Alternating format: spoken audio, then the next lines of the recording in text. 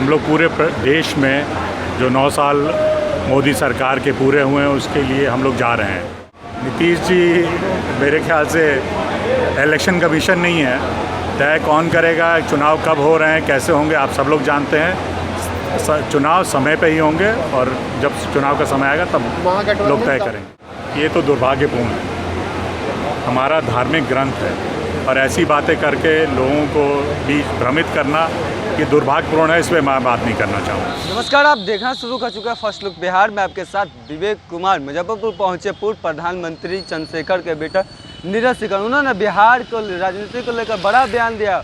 वही महागठबंधन का जो बैठक होने वाले है उनको लेकर कहा कि महागठबंधन की विपक्षी दल को लेकर जो बैठक होने वाली वो कभी बैठक नहीं होगी। मैं भी उधर रहा हूँ, मुझे सारा बात पता है कि वहाँ अगर बैठक होना रहता तो कब का बैठक हो जाता। और कई सारी बातों को कहा। उन्होंने कहा कि जब मैं दिल्ली में था तो मुझे बोला जाता था कि बिहार में भाजपा की स्थिति ठीक नहीं। जब मैं बिहार आया तो देखा कि यहाँ भाजपा के अलावा किसी भी पार्टी का नाम नहीं है। और कई सारी बातों को कहा। वहीं जवाहरलाल नेहरू के म्यूजियम वाले स्टैचू को लेकर भी उन्होंने कई सारी बातों को कहा। आइए पहले सुनिए उन्होंने क्या कुछ कहा। और हम लोग पूरे देश में जो 9 साल मोदी सरकार के पूरे हुए हैं उसके लिए हम लोग जा रहे हैं। मेरा सौभाग्य है कि मुझे बिहार आने का मौका मिला। मैं जब दिल्ली में था तो हमें ये बोला जाता था कि बिहार में भारतीय जनता पार्टी की स्थिति मजबूत नहीं है, लेकिन जब से मैं यहाँ आया हूँ मुझे ये लग रहा है कि भारतीय जनता पार्टी ही बस बिहार में है और वही पार्टी आने वाले लोकसभा में दिखा देंगे यहाँ के लोग कि वही पार्टी सक्षम है इस देश और इस प्रदेश को विशेषकर चलाने के लिए। और मुझे पूरा विश्वास है। मैं घूम रहा हूँ, लोगों के बीच जा रहा हूँ और मैं देख रहा हूँ कि भारतीय जनता पार्टी के लोगों पे और पार्टी पे कितना विश्वास है बिहार के लोगों का। महागठबंधन की बड़ी बैठक होने वाली है बिहार में, तो जब हो जाएगी तब बात करेंगे। मुझे नहीं लगता वो बैठक कभी हो पाएगी। पहले कब होने वाली थी? 23 तारीख को नहीं, पहले 12 तारीख को होने वाली थी। अब 23 से भी आगे चली जाएगी।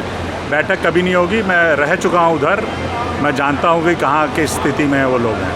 नीतीश तो मध्यावधि चुनाव की बात कर रहे हैं। नीतीश जी मेरे ख्याल से इलेक्शन कमीशन नहीं है, तय कौन करेगा, चुनाव कब हो रहे हैं, कैसे होंगे, आप सब लोग जानते हैं। चुनाव समय पे ही होंगे और जब चुनाव का समय आएगा तब लोग तय करेंगे। दावा कर रहे हैं कि बिहार की 40 सीटों से बीजेपी का सफाया करेंगे।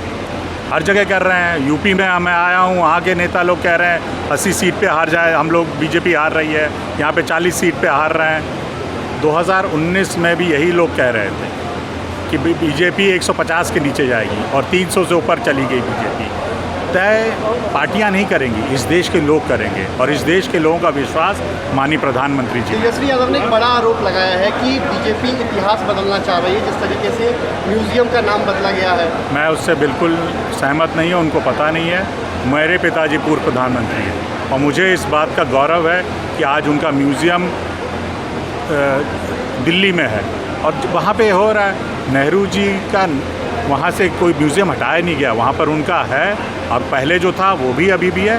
लेकिन अब एक प्रधानमंत्री की जगह 14-15 प्रधानमंत्रियों का है तो उसको प्रधानमंत्री संग्रहालय कर दिया गया है। नेहरू जी का म्यूज़ियम पुराना वाला भी है और नए में भी है, उसको नहीं बदला गया। बिहार के मंत्री विधायक लगातार रामचरितमानस पर सवाल उठा रहे हैं। ये तो दुर्भाग्यपूर्ण है, हमारा धार्मिक ग्रंथ है और ऐसी बातें करके लोगों को भी भ्रमित करना ये दुर्भाग्यपूर्ण है, इस पर मैं बात नहीं करना चाहूँगा।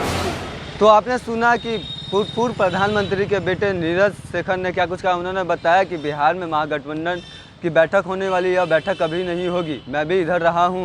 उन्होंने कहा कि अगर बैठक होना रहता तो दिन तारीख नहीं चेंज होता। बैठक जब हो जाएगा तब का तब देखा जाएगा। उन्होंने कहा कि जो लोग आरोप लगा रहे हैं कि जवाहरलाल नेहरू के प्रतिमा स्टैचू को हटा दिया, वहाँ उसे ऐसा कुछ नहीं हुआ। वहाँ लगभग 13-14 प्रधानमंत्री का स्टैचू बनाकर संग्रहालय बनाया गया। मैं भी पूर्व प्रधानमंत्री का बेटा हूँ और मेरे पिताजी का भी स्टैचू वहाँ पर रखा गया है। तो उन्होंने कई सारी बातों को कहा है और बिहार के होने वाले राजनीति पर भी कई सारी बातों का कहा है। तो इसी तरीके खबर के साथ बने रहे। हमारे चैनल को लाइक करें, सब्सक्राइब करें।